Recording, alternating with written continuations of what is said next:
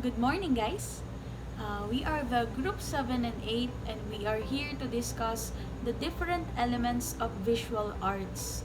So, I would like to define first what is the meaning of visual.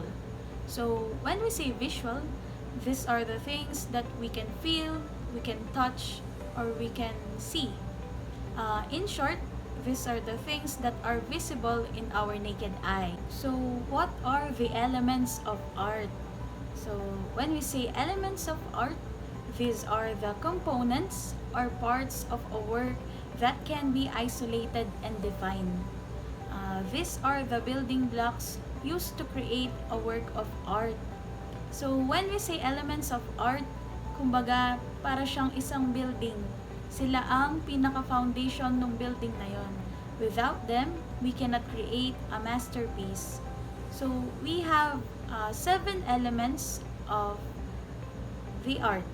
So, for the first element, we have So, what is line? Line is a mark on surface that describes shape or an outline. So, dito sa line, hindi lang straight line yung ginagamit natin. Meron din tayong ginagamit na curve, diagonal, zigzag, dash or dot, perpendicular, outline, wavy, and parallel. So, it means malaking tulong ito kapag pinagsama-sama natin. So, may possible na makabuo tayo ng texture or shape na pwede natin be considered as an art. And it also, line it can be used to create a various composition and used to be continuous. So, yung line daw is you can create a various composition. So, meaning, gamit yung mga iba't ibang uri ng type of line, pwede kang makabuo ng isang art or mga pattern na considered natin as an art. Types of lines, we have 4. The first one is vertical line. Vertical lines communicate a sense of height because they are perpendicular to the earth, extending upwards toward the sky, and it expresses an impression of dignity. Perfect example for this are buildings and statues. Just like the Statue of New York, when you say vertical lines, ito yung mga patayong linya. The second one is horizontal line. A horizontal line is a straight line that goes from right to left or left to right. It such as a feeling of rest and repose because objects parallel to the earth are at rest. And only horizontal lines can give a feeling of peacefulness and stillness. And perfect example for these are landscapes. The third one is diagonal line. Diagonal line, it is a straight line that is slanting in any direction apart from horizontal and vertical direction. It gives an impression or it gives a feeling of movement or action. And perfect example for this are sea waves and yung mga roof natin na paslant na ganito. And the last one is curve line. A curve line is referred as S-curve. And these are lines that bend or change direction gradually, and they can be simply wavy or spiral. And it gives an impression of gracefulness and sexiness. And perfect example for this are our body. Lalo-lalo na yung mga Coca-Cola shape na katawan and yung roller coaster. So, lines in photography. So, we have what we call leading lines. So, paano bang ginagamit ang leading lines? Ginagamit ito kapag may subject tayo na gusto natin i-direct to the point. So, gagamit tayo ng parang line na mag-a-attract sa viewer natin para makita agad yung subject natin sa isang photograph. So, magkakaroon tayo ng kaunting activity. Titignan natin if paano nga ba ginagamit ng isang photographer ang leading line. So, let us remember what are the types of line. These are curved line, diagonal line, vertical, and horizontal line. So, let's start. So, for the first picture, we have a tree.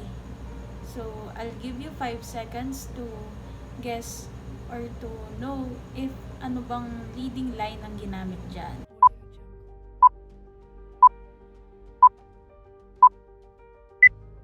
So, tama, no? The answer is vertical. So, by the tree itself, it is a vertical line. So, yon. So, for the next picture, we have a sea landscape. So, another 5 seconds starts now.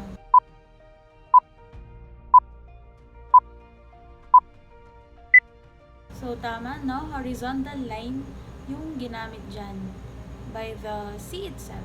So, yon. So, for the next picture, we have a bridge. So, ano kayang line, leading line ang ginamit dyan?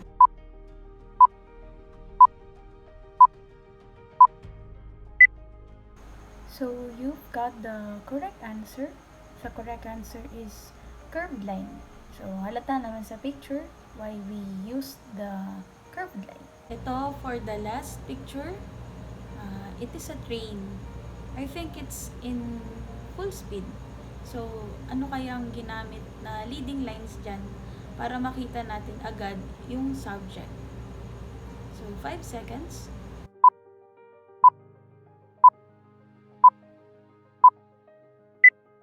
So, yon, no? Tama. Diagonal line ang ginamit natin para makita natin ang subject.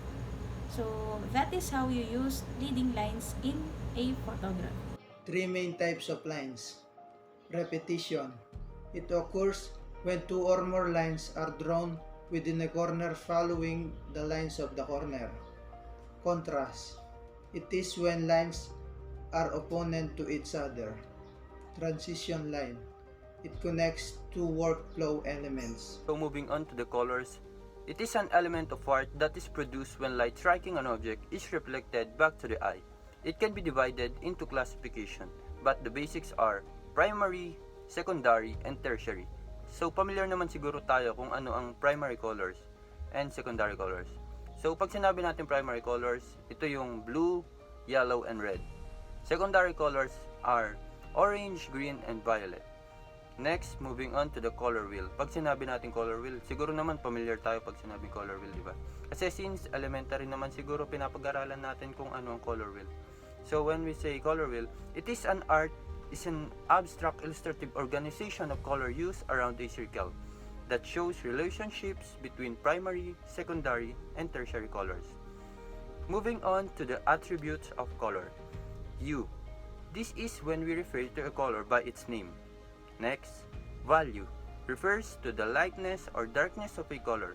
Under value, we have tints and shades. Tints are above the normal and shades are below the normal. Sorry for that. Intensity refers to the brightness or darkness of a color. Psychology of color. We often associate color with psychological and emotional connotations. These are some examples of it. Black is associated with death and gloom, and white stands for purity and innocent. Red is associated with blood, anger, and fear. Green implies happiness and abundance.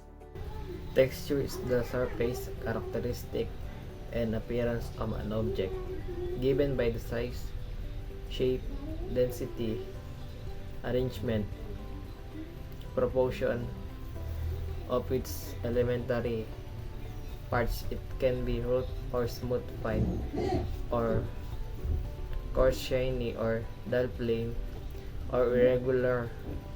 There are two types of texture: implied texture, which express the idea of how surface might feel, and actual texture might feel an actual texture that can actually felt. Perspective is one of the elements of art, meaning it refers to the representation of three-dimensional objects or spaces in two-dimensional artworks. It is used to create a realistic impression of depth. Play with perspective to present a dramatic or disorientating images. It also deals with the effect of distance upon the appearance of objects, by means of which the eye judges spatial relationships. An example of perspective is a painting where the railroad tracks appear to be curving into the distance. There are two kinds of perspective, the linear and aerial. When we say linear perspective, this represents the distance by means of converging lines. It has to do with the direction of lines and with the size of objects. Painters usually show the effect of space and distance by using converging lines and diminishing size. So to achieve this effect, there are three essential components needed in creating a painting or drawing using linear perspective. First, the orthogonals, also known as parallel lines. Second, the vanishing point. And the last one is the horizon line. Parallel lines below the eye level seem to rise to a vanishing point in the horizon, while those above the eye level seem to descend to the vanishing point. The second kind is the aerial perspective, also called as atmospheric perspective. This represents the distance by gradations of tone or color. It also refers to how the atmosphere affects how we see things. It is also a method of creating the illusion of depth or recession in a painting or drawing by modulating color to simulate changes affected by the atmosphere on the colors of things seen at a distance. In this kind of perspective, the objects become fainter in the distance due to the effect of the atmosphere. Objects appear to be lighter in color as they recede into the distance or atmosphere. Did you know that we call the representation of objects or parts of the body as smaller from the point of view of the observer as foreshortening? So to give you an example, come to think that you are riding an airplane. So pag nasa taas ka ng langit, nakikita mo na parang ang liit-liit ng mga bahay, ng mga bundok sa ilalim. But when you land, makikita mo na normal size na sila ulit. So it is according to your point of view. So we call that as foreshortening. So what is space? Space is an element of art, refers to the distances or areas around, between, or within components of a piece. So we have two kinds of space, the positive space and the negative space. So the positive space refers to the areas in a work of art that are the subjects or areas of interest. Well, the second is the negative space, refers to the areas around the subjects or areas of interest. We must also remember that sometimes space isn't actually within a piece, but illusion of it is. Forms. It describes the structure or shape of an object. It refers to three-dimensional objects. So thus, form is only applied to 3D objects such as sculpture and pottery. So we also have two types of form. The organic forms, these are irregular in outline and often thought of as naturally occurring, and geometric forms that are regular in outline such as square, rectangles, circles, and other regular forms. Volume. Volume is the size, bulk, and dimension of a particular object. It refers to solidity or thickness, an element of art that is two-dimensional, flat, or limited to height and width. Volume includes height, width, and depth. Volume is defined as the space occupied within the boundaries of an object in three-dimensional space. It is also known as the capacity of the object. This space is measured in terms of its volume. Finding the volume of an object can help us to determine the amount required to fill that object, like the amount of water needed to fill a bottle, an aquarium, or a water tank. To conclude with, so the elements of art are line, colors, texture, perspective, space, form, and volume. So by knowing this, we can develop and produce our artistic composition. So we do hope that you listen very well to our discussion, and we do hope that you learn a lot of lesson from us. So that's it for today. Thank you and God bless.